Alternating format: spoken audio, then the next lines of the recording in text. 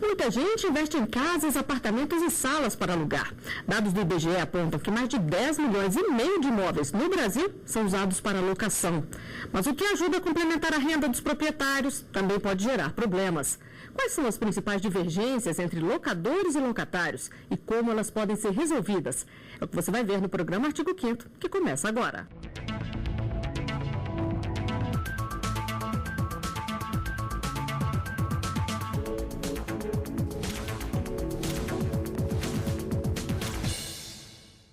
No programa de hoje, vamos falar sobre a relação entre inquilinos e proprietários, quais são os direitos de cada um e a quem recorrer quando eles não são respeitados.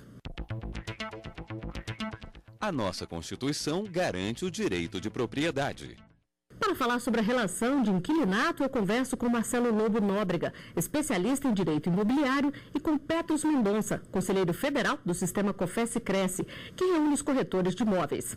Sejam bem-vindos ao nosso programa. Doutor Marcelo, a Constituição garante o direito de propriedade, mas o proprietário, ele corre algum risco ao alugar esse imóvel? Quais são os cuidados que ele deve tomar para evitar problemas? O proprietário, ele tem que ter a preocupação de ter sempre o contrato, né, o contrato por escrito, né, seguir as cláusulas, né, que são pertinentes a essa locação, né, no caso da locação, ele tem que ter em mente que o imóvel tem que estar em perfeitas condições para que lá na frente ele não possa ter problemas, né, e focar sempre no contrato, que é de total importância. Agora, doutor Petros, a lei do inquilinato de 2012, ela trouxe algumas alterações aí. Quais foram as principais mudanças? As principais alterações, que eu digo assim, que teve um reflexo positivo no mercado, foi a possibilidade, né, de uma retomada mais célere, mais rápida, né, no caso das locações desprovidas de garantias, né? Porque muitas vezes os proprietários têm dificuldade em alugar o imóvel, mas por falta de uma garantia. Porque também alugar sem um determinado tipo de garantia, que pode ser um seguro-fiança, um fiador ou uma caução, né, deixa ele sujeito ali a um risco muito grande. E na hora que a lei deu essa opção do imóvel ser retomado de uma forma mais célere, né, quando eles estão desprovidos de garantia, isso trouxe um benefício muito grande, né, para o nosso mercado locatício. Bom, e a segurança de locadores e locatários parte principalmente de um contrato bem feito entre as partes, como a gente falou aqui. É ele que estabelece as condições e o tempo de duração do aluguel, mas algumas regras são básicas e devem ser observadas. Entre os deveres do inquilino estão pintar as paredes com tinta da mesma cor e qualidade da original, preservar a estrutura de uso, desfazer benfeitorias se isso for exigido pelo proprietário e quitar todas as contas referentes ao imóvel até o final do contrato. Por outro lado, o inquilino não pode ser obrigado a recuperar a infraestrutura já desgastada pela ação do tempo, nem rachaduras que não tenham sido provocadas pelo uso durante o contrato. Ele também não é responsável por substituir partes enferrujadas de janelas ou portas, ou ainda estruturas de madeiras afetadas por cupins. E é bom ressaltar que é livre a escolha do profissional para fazer os reparos exigidos no momento da devolução do imóvel. Doutor Marcelo, dessas regrinhas básicas não tem como fugir, não é mesmo?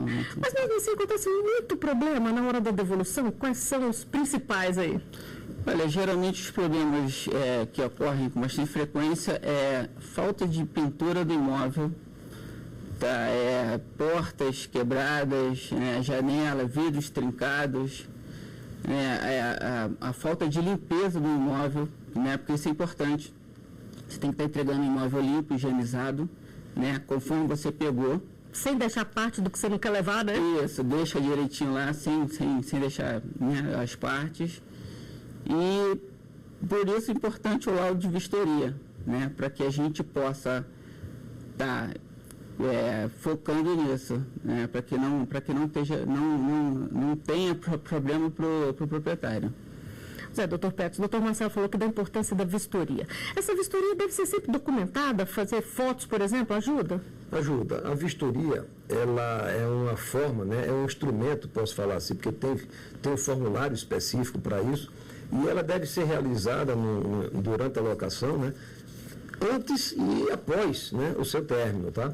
E de preferência que venha acompanhada de fotografias, Porque essas fotografias são as provas da verdade. Né? Então, além de estar lá o relatório dizendo se o imóvel foi entregue pintado, se o imóvel foi devolvido pintado, constar também as fotografias do antes e do depois. E isso vai trazer um maior equilíbrio contratual, tanto para o locador quanto para o locatário. Doutor Marcelo, e o proprietário? Ele tem direito a pedir algum tipo de vistoria durante o período de locação? Ele tem direito a fazer algum tipo de controle? Ou essa vistoria só é feita no início e no final do contrato? O correto é no início do contrato, que ambas as partes fazem junto a vistoria, mas se o proprietário vê que o seu imóvel está sendo depredado e não está sendo bem utilizado para aquele fim, ele pode sim pedir uma vistoria do imóvel dele, sim. E o que caracteriza um dano causado pelo uso, doutor Petros? E também o que caracteriza o dano pela ação do tempo? Porque uma coisa é responsabilidade do inquilino, a outra é do dono do imóvel, né? É verdade. Isso é uma questão até um pouco subjetiva. Né? Nós vemos os proprietários, na hora que entregam seus imóveis, sempre querer recebê-los melhor até do que foram entregues, né? Mas deve-se levar em consideração isso. Existe o desgaste pelo mau uso da coisa, né? Pelo mau uso do imóvel, que aí é da responsabilidade do inquilino, do locatário, e existe o desgaste natural. Muitas vezes o inquilino ele entra no imóvel, pinta quando entra, mas não faz nenhum buraco, não quebra uma parede, né? E naturalmente se desgasta aquela pintura. Então, no final da locação, o locador quer receber o pintado. Mas se não houver estrago na pintura e sim um desgaste natural, fica difícil, né?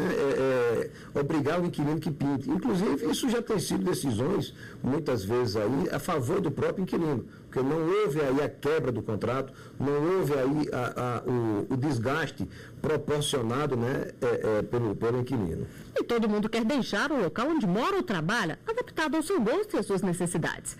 Só que quando este imóvel é alugado, é preciso tomar cuidado. O que pode parecer uma benfeitoria para o inquilino pode não ser valorizado pelo proprietário. Mais de 20% das famílias brasileiras são inquilinas.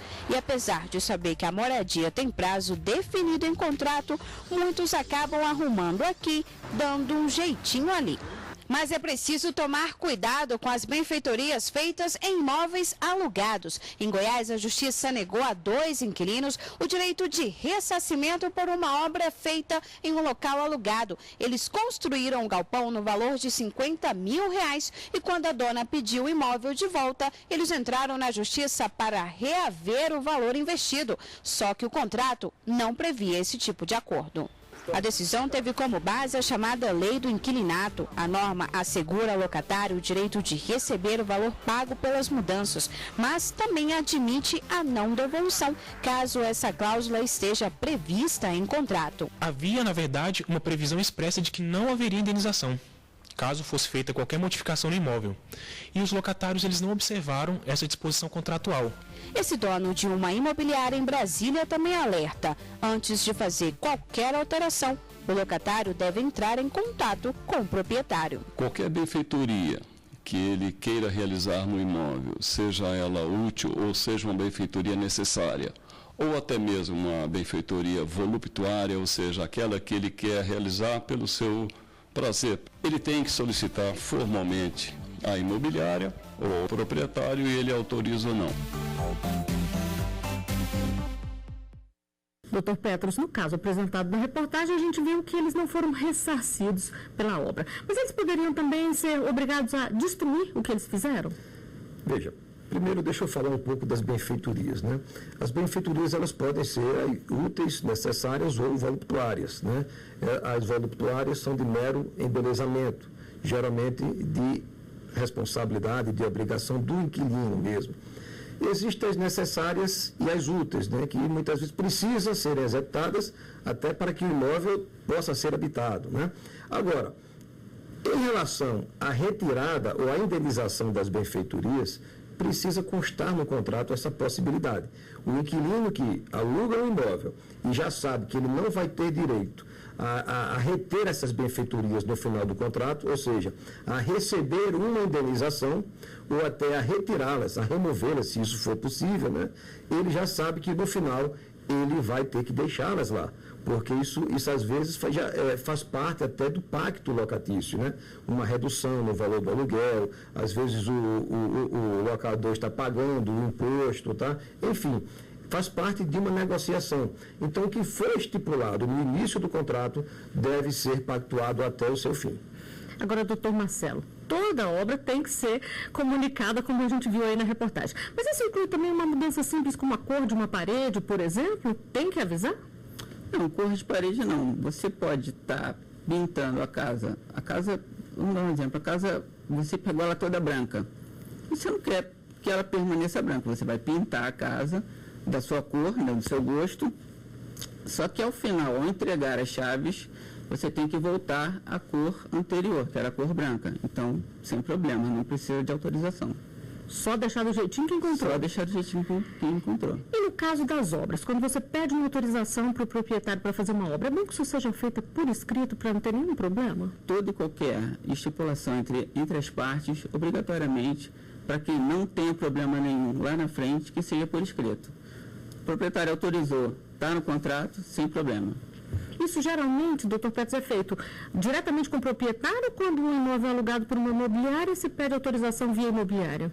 Sempre o locatário, né, sempre o inquilino, ele deve ter esse zelo, esse cuidado. Antes de alugar o imóvel, já veja o que o imóvel precisa.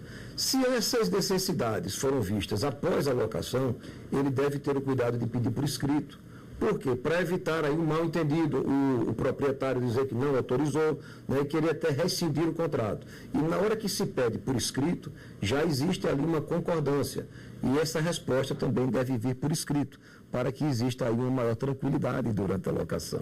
Agora, o senhor falou aqui de obras que são necessárias. Muitas vezes acontece um vazamento, algum problema lá e tem que ser reparado.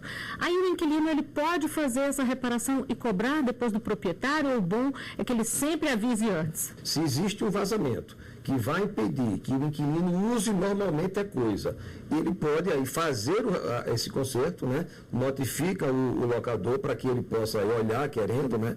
Ou mandar uma pessoa de sua confiança, e caso contrário, ele executa o serviço e abate do valor do aluguel. Bom, nós vamos a um rápido intervalo. Artigo 5º, volta já.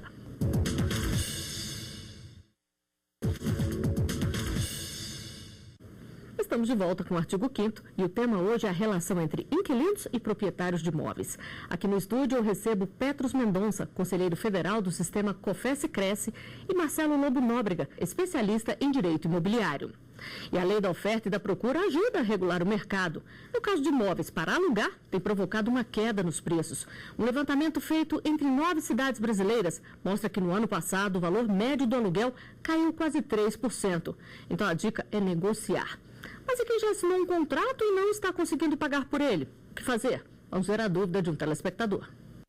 Gostaria de saber se eu tenho um contrato de locação, se eu não tenho condições de pagar esse aluguel, eu posso transferir esse contrato para outra pessoa, que seja da minha família ou outra pessoa? Doutor Marcelo, isso é possível? É a chamada sublocação? A gente vai sempre precisar da anuência do proprietário. Se ele não tem condições de pagar e quer continuar no imóvel, você pode chamar o proprietário para conversar, explicar a situação a ele, aí ele vai ver as garantias, se é um fiador, entendeu? E ele vai anuir, né, esse contrato, para que se permaneça, se dê continuidade ao contrato até o término dele. Mas aí depende da autorização. Se ele não concordar, aí vai ter que se rescindir esse contrato. Isso. Porque se a pessoa não tem condições de pagar, né, então vai ter que ser analisado esse novo locatário para ver se ele tem as mesmas condições, né, as garantias, então tem que ter a anuência dele. Agora, no caso de inadimplência, a partir de quanto tempo o proprietário pode retomar o imóvel? Olha, segundo essa nova lei, nós temos um instrumento que é chamado a liminar. Então, o proprietário pode entrar com essa liminar, tá? Ele vai fazer um depósito de 3 meses do valor do aluguel e vai ter 15 dias para poder ter esse imóvel em seu poder. Doutor Petros, a gente viu aí que as mudanças na economia provocaram uma bolha imobiliária. Que tipo de reflexos isso trouxe para o mercado? Nós vivemos hoje um momento atípico, né, no mercado imobiliário, por conta dessa queda, né, dos aluguéis. Isso é um reflexo nacional. Mas eu digo sempre o seguinte, que a relação locatícia, ela deve ser sempre equilibrada, né? Buscar o acordo com o inquilino, com o proprietário. É normal que quem alugou um imóvel há 5, 6 anos atrás esteja vendo hoje o seu aluguel acima do praticado no momento atual. Então, chama o proprietário, conversa com ele, né? Mostra que o do vizinho está sendo alugado por um valor menor, né? E aí consegue-se fazer aí um novo acordo desse preço, né? E eu digo sempre que faça também por escrito. Faça aí um aditivo, né, para que ambas as partes tenham segurança. Tanto o proprietário, se precisar entrar em juízo, quanto também o inquilino na hora de pagar esse novo aluguel avançado. Bom, e vamos a mais uma pergunta feita nas ruas para ser respondida pelos nossos convidados. Se eu quiser dividir o aluguel do meu apartamento com mais pessoas, eu tenho que informar no contrato? Dr. Petros, aí já é diferente da sublocação, não é mesmo? Sim, a sublocação, ela existe quando o inquilino ele faz um contrato, né, com o outro inquilino, né? E, naturalmente, ele pode alugar em todo ou em parte, né? Ele pode sublocar no todo ou em parte. Neste caso aí, ele está dividindo o imóvel, ou seja, passa a ser uma moradia aí plurifamiliar. Nós não sabemos, ele não falou quantas pessoas irão residir, mas num caso como este, é importante também que comunique ao proprietário para que não haja aí uma má interpretação de que se houvesse uma sublocação. E se essa sublocação vier vedada no contrato, vier proibida no contrato, pode gerar aí algum dissabor e terminar levando a questão às vias judiciais, né? É bom avisar sempre para evitar problemas, Avise então. antes. Bom, e vamos à última pergunta feita nas ruas para ser respondida aqui no estúdio. Se eu sou dono do imóvel, eu tenho responsabilidade pelos danos provocados pelo inquilino ao condomínio? Doutor Marcelo, quais são as preocupações que o proprietário deve ter? Ele é responsável, por exemplo, por alguma conduta ilegal que o inquilino tenha, por exemplo, se ele está cultivando pés de maconha dentro do imóvel. Pode recair alguma responsabilidade sobre o dono? A gente chama de próprio terreno. Então, quer dizer, isso está inerente à coisa proprietária. Então, qualquer dano que ele venha causar ao patrimônio, né, o locatário, vai recair sobre o proprietário. Em relação da maconha, se ele estiver cultivando, vai recair sobre ele. Ele pode ser responsabilizado de alguma forma, então? Pode. E como fazer, então? Porque a gente não tem um domínio sobre quem está morando ali naquele imóvel. Como fazer para se resguardar? Nesse caso, né, se o proprietário tem a ciência de que ele está cultivando maconha, o contrato pode ser rescindido. E, por exemplo, uma má conduta ali no condomínio, uma coisa mais simples, ele deixa o som muito alto, ele causa problemas, não obedece às regras do condomínio. Isso também pode ser motivo para se acabar com o contrato mais cedo?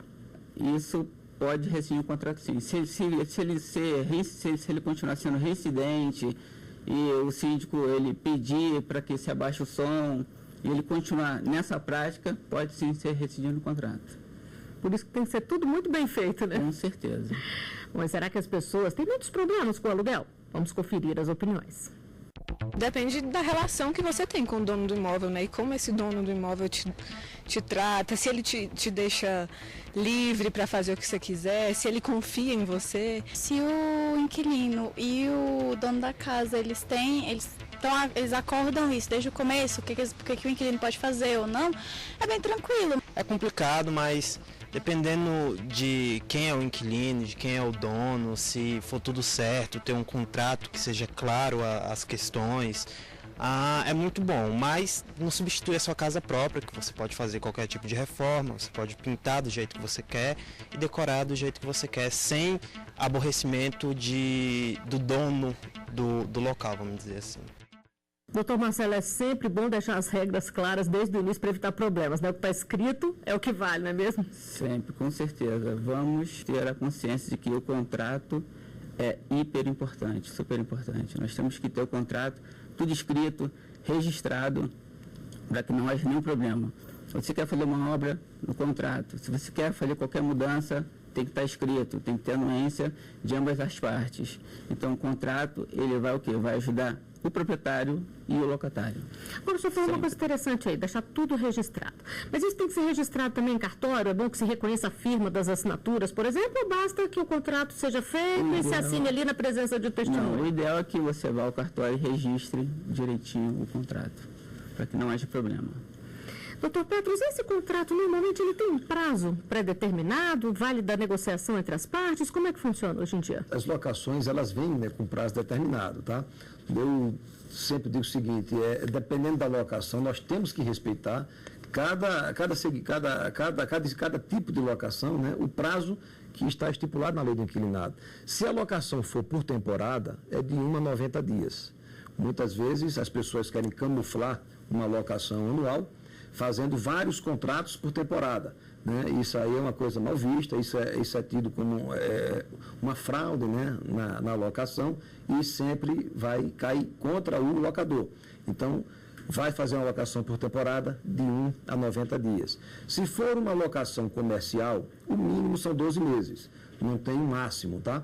Mas se chegar a 5 anos, já cria no locatário o direito dele entrar com uma ação renovatória, né? Quando faltar aí um período mínimo para completar os 5 anos, de 1 ano e 6 meses, de 1 ano a 6 meses. E numa locação comercial, nós sempre aconselhamos fazê-la por 30 meses. Por que 30 meses? Dá ao proprietário do imóvel o direito de retomá-lo após o contrato, sem precisar justificar o seu pedido, né? É a chamada denúncia vazia. Então, mais uma vez, como disse o doutor Marcelo, sempre fazer um contrato, embora se permita um contrato de locação verbal, mas é sempre aconselhável um contrato de locação escrito, para que haja aí uma maior tranquilidade entre as partes. Doutor Petros, e se uma dessas partes quer rescindir esse contrato antes do tempo, isso é possível? Tem que pagar alguma multa? O contrato está dentro do prazo contratual. O inquilino ele pode rescindir o contrato pagando a multa prevista nesse contrato, e é uma multa proporcional ao tempo restante. Ou seja, se ele fez um contrato por 3 anos e estipulou ali uma multa de 3 aluguéis, passou 1 ano, faltam 2 anos para rescindir. Se ele rescindir, ele deve pagar uma multa de 2 aluguéis. Já o locador, ele não pode, mesmo se botar uma cláusula no contrato que permita a rescisão, a retomada, né, por parte do locador, né, do proprietário, é uma cláusula nula. Ele é obrigado a respeitar aí o tempo do contrato.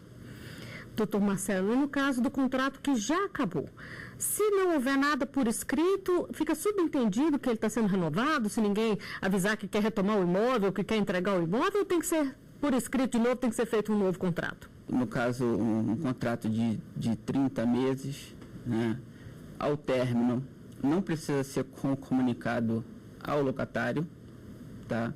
Isso caracteriza que foi reincidido e acabou. Agora, se não houver uma comunicação dentro dos 30 dias, tá, ao término do contrato, né, aí ele passa a ser indeterminado. Passou 30 dias, aí o proprietário pode pedir imóvel, né, pode rescindir esse contrato. Sempre respeitando um prazo mínimo para o locador sair. Você tem sempre que respeitar esse prazo, né, mas sem problema nenhum. Bom, para encerrar, então, gostaria de saber uma dica rápida de vocês para que locadores e locatários não tenham problemas. Doutor Petros. É muito importante buscar o equilíbrio, né? Nós temos hoje o princípio da boa-fé, que já se tornou lei com essa mudança do Código Civil.